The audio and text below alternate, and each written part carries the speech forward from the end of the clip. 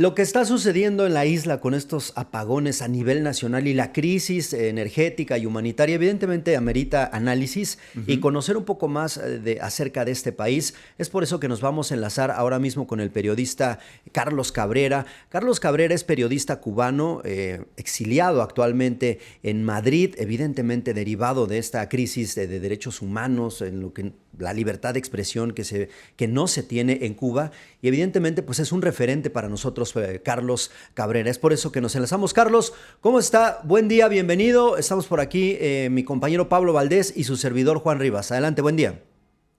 Hola Juan, hola Pablo, un saludo para ti y para vuestros seguidores. Muchísimas gracias, Carlos. ¿Qué le parece el asunto más reciente, lo que está sucediendo en Cuba? Platicamos con usted hace más o menos un mes, avisorábamos la posibilidad de un acuerdo entre el gobierno de Cuba y el de Estados Unidos, pero esto no se ha dado y por el contrario, el bloqueo ahora de este petróleo ha generado una crisis aún más complicada en su país. Bueno, es normal, nunca los bombardeos son más duros que justo antes de firmar la paz. Entonces lo que está haciendo la administración Trump en este caso es negociando ahí en México, por cierto, con Alejandro Castro Espín, el hijo varón de Raúl Castro, pero negociando al estilo Trump, es decir, con la rodilla suya apoyando, oprimiendo el cuello del interlocutor y con un revólver apuntándolo a la cabeza. Carlos, los saludo con muchísimo gusto. ¿Cómo estás? Muy buenas tardes, tarde, noches para ti. Y bueno, Gracias. preguntarte directamente, tú como cubano, ¿ves muy cerca el fin de este régimen cubano? ¿Ves cerca ya la caída de este régimen? No, es decir, sabes que los periodistas tratamos noticias, tratamos Ujú. hechos, y el periodismo es la verdad menos imperfecta. Los que tienen el timing de las cosas son los negociadores cubanos y americanos, que desde que pude revelar que se estaban conversando en Ciudad de México, pues echaron el cerrojo a las conversaciones. Lo que sí creo que las conversaciones van bien, que las conversaciones van avanzando. Quizás no se puede tener un pronóstico o un diagnóstico, pero sí un deseo, Carlos Cabrera, en el sentido de liberar a su país. ¿Qué desea de manera personal para su gente en Cuba, para su nación, que la ha pasado mal en los últimos años en este sentido? Sí, yo deseo que haya una democracia, que haya una constitución realmente pluralista y que todos mis paisanos, empezando por los que no piensan como yo, tengan una vida decorosa. Pero yo no creo que planes, por lo que se avisora, vayan por ahí. Yo creo que vamos a terminar viendo lo que yo he dado en llamar un pacto entre diablos, en el cual la llegada de la democracia será a posteriori. Ahora será satisfacer una serie de demandas que tiene Estados Unidos sobre la mesa a partir de la corrección geopolítica que está ocurriendo, pero eso sin duda contentará a la masa porque volverá la luz, volverá un suministro más o menos estable de alimentos, etcétera, etcétera. Pero eso no es suficiente. Hay que eh, desarmar y desarticular el castrismo, que son 67 años, y los cubanos se merecen vivir en democracia, como viven los españoles, como viven los mexicanos, como viven los estadounidenses, etcétera, etcétera. Ya son varias décadas que los cubanos pues han vivido esta situación en la isla. Por supuesto, en los últimos años se ha agravado esta situación, Carlos, y me gustaría pues preguntarte directamente, ¿cuál crees que sea la intención del presidente de los Estados Unidos, Donald Trump, de intervenir Cuba? Porque es lo que estamos viendo, quiere intervenir la isla.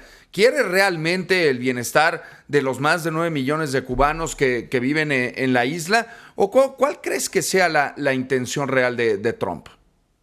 Bueno, eso lo dijo el día 4 de enero en su residencia de Mar-a-Lago, cuando explicó la captura de Maduro. Él quiere rodearse de gobiernos y regímenes cómodos que no sean hostiles y que cooperen con Estados Unidos en áreas vitales como para ellos, como es el tema del narcotráfico, la trata de personas y el lavado de activos financieros. O sea, yo creo que ese es el verdadero objetivo.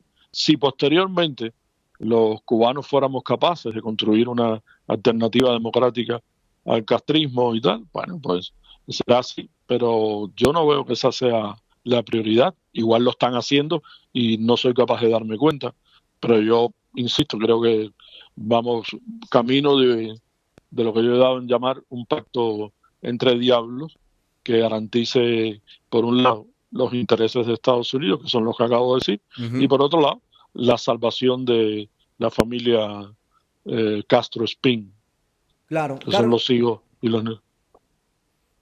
Sí, Carlos. Bueno, Sí. solamente preguntarle, derivado de esto a lo que llama un pacto entre diablos, ¿qué le reportan familiares, amigos, colegas quizás que están dentro de la isla? ¿Cómo la han pasado en los últimos días en donde por lo menos las imágenes que vemos desde afuera, a la distancia, pues sí son de una auténtica crisis humanitaria? Sin duda. Lo que pasa es que así lleva a Cuba desde el abandono soviético, con la interrupción del periodo de Chávez, ¿no? Que nunca llegó a tener el nivel ni el volumen de lo que fue la subvención soviética a cambio de tener un portaaviones a 180 kilómetros de Estados Unidos. Sinceramente no tengo muchos testimonios porque precisamente la situación de blackout eléctrico que ustedes han descrito muy bien en la crónica introductoria impide la conexión normal a Internet y las conexiones de los móviles. Entonces, tengo más o menos la misma información que tenéis vosotros, quizás menos, ¿no? Ustedes están más cerca y entre México y Cuba siempre ha habido lazos históricos muy fuertes y mucha vinculación. Pero evidentemente la gente lo está pasando muy mal. Lo está pasando muy mal porque el desastre eléctrico no es una cuestión de ahora porque falta el petróleo, es el cambio del modelo que ordenó Fidel Castro, destruyendo las, ¿cómo se llama? Las plantas generadoras, las termoeléctricas, que no me salía la palabra. Y pese a que el entonces ministro de la Industria Básica, Marcos Portal León, se opuso firmemente y eso le costó el cargo. Él dijo que había que mantener la matriz energética y no ir a los grupos electrógenos, porque los grupos electrógenos son pan para ahora y hambre dentro de 5 minutos, sobre todo en un país de economía abierta y dependiente energéticamente. Muy bien. Y entonces se está pagando el error de empecinamiento de Fidel Castro, pero claro, él habrá echado cuenta, de hecho, cuando esto se rompa, ya yo no estaré, así que me da igual.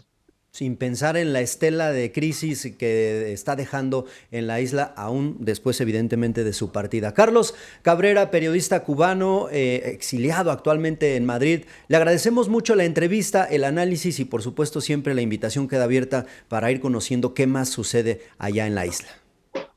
Cuando queráis, un abrazo para los dos y mi afecto hacia todos los seguidores. Gracias por esta oportunidad para hablar de la tragedia de Cuba. Gracias, Gracias, Carlos. Carlos Cabrera. Yo.